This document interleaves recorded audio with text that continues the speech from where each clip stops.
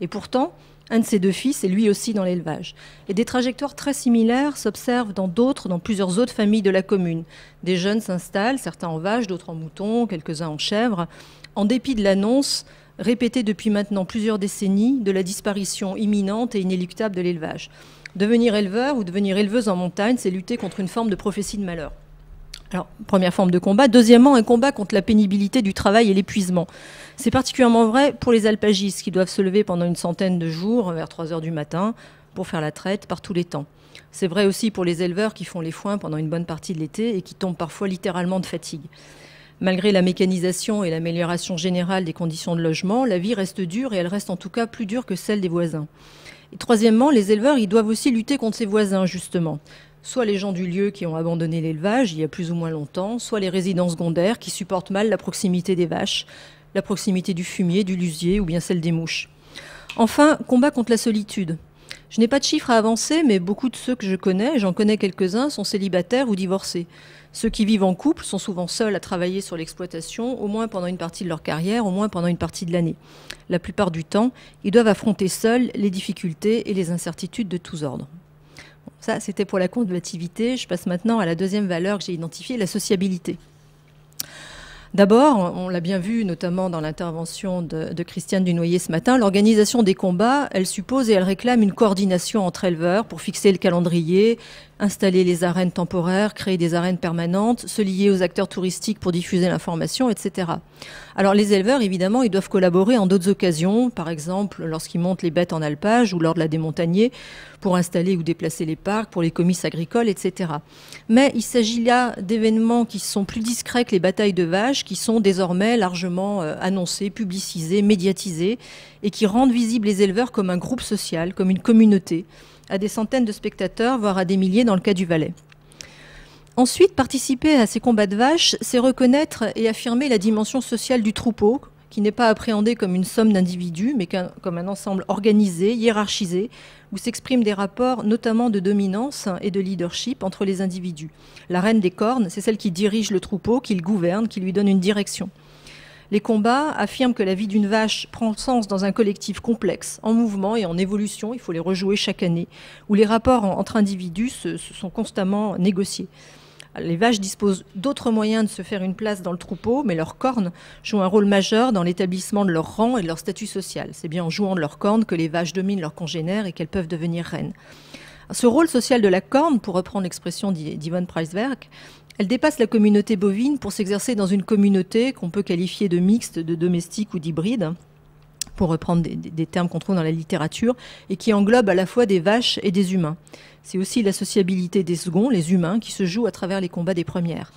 Les éleveurs, les villages, les vallées et de plus en plus les pays alpins transfrontaliers, on le voit avec le combat de l'espace Mont-Blanc, se rencontrent et se confrontent par vaches interposées.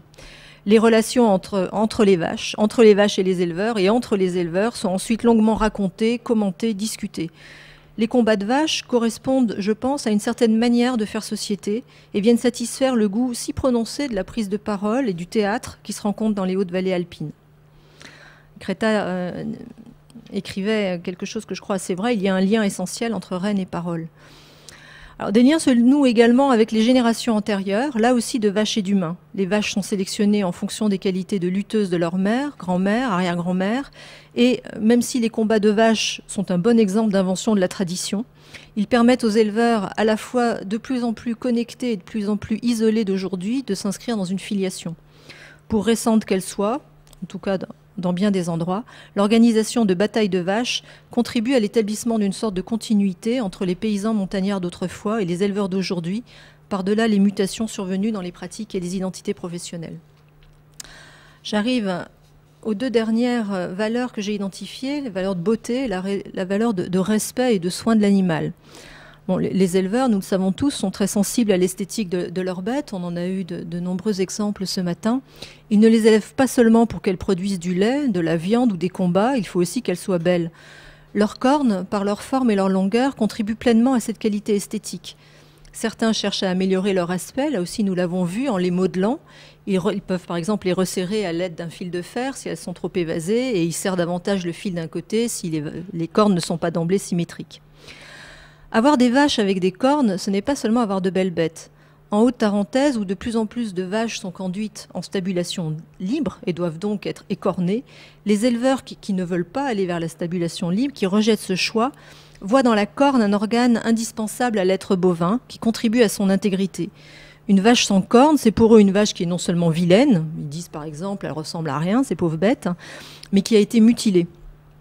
Ils défendent une certaine conception du rapport à la vache qui met en avant le respect et le soin qu'on lui doit. Un éleveur m'avait expliqué avoir refusé de vendre une génisse à un collègue qui avait écorné celle qu'il lui avait achetée l'année précédente. Et il avait dit, c'est pas question qu'il ait ma génisse pour qu'il me l'estropie comme l'autre.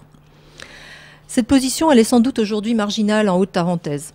Mais elle traduit la permanence d'un rapport éminemment sensible à l'animal, sensible en ce qu'il engage à la fois les sens et les sentiments. Les éleveurs qui sont passés à la stabulation libre et qui ont donc écorné leurs vaches font valoir que les vaches qui sont encornées sont attachées court tout l'hiver, tandis que les leurs se déplacent sans contrainte.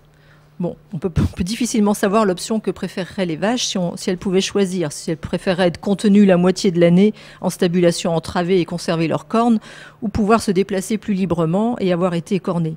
Quoi qu'il en soit, ce qui est sûr, c'est qu'il existe des conceptions divergentes du bien-être des vaches et que ces conceptions s'affrontent. Assister à des batailles de vaches peut permettre d'exprimer un attachement à des valeurs esthétiques et morales que l'on défend ou bien auxquelles on a renoncé, mais plus ou moins malgré soi. Enfin, participer à des combats de vaches est un moyen d'exprimer que des critères comptent autant, voire plus que le rendement. La stabulation libre est un mode d'élevage qui s'est rapidement répandu ces dernières années en Haute-Tarentaise. C'est un signe de productivité, de progrès, qui est régulièrement présenté comme allant dans le sens de l'histoire. Élever des vaches de combat, on l'a vu, ne signifie pas nécessairement s'opposer à la productivité. Mais cela signifie sans aucun doute que la productivité n'est pas la mesure de tout, que d'autres critères comptent au moment de décider quelles femelles on va conserver et comment on va les conduire. C'est une manière d'affirmer quel type d'éleveur on veut être, quelle relation on veut avoir avec ces vaches, à quelle communauté on veut appartenir. En plus d'un spectacle et d'une fête, les éleveurs tarins peuvent trouver dans les combats de vaches auxquels ils viennent assister une façon de reconnaître et d'affirmer, ne serait-ce que par procuration, l'existence d'autres objectifs que la productivité.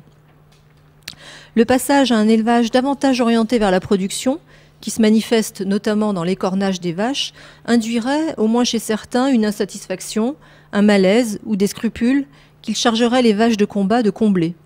C'est l'hypothèse que formule également Bernard Creta, et là je cite, « Dans un monde axé sur la productivité, on pourrait croire à la gratuité. Dans une pensée axée sur le rendement et le développement, on réinvestirait la symbolique du don. » Et il ajoute, dans un univers civilisé où il faut demeurer gentil-joli, c'est un Suisse qui écrit, hein, on n'écrirait sans doute pas la même chose en Haute-Tarentaise, on pourrait, à travers le combat des vaches, libérer les passions non domestiquées. Le succès des combats de vaches tiendrait alors en partie à leur capacité à conserver, à formaliser et à théâtraliser un attachement ambigu à des valeurs auxquelles on tient sans pouvoir ou vouloir toujours les mettre soi-même en pratique. Voilà. Merci.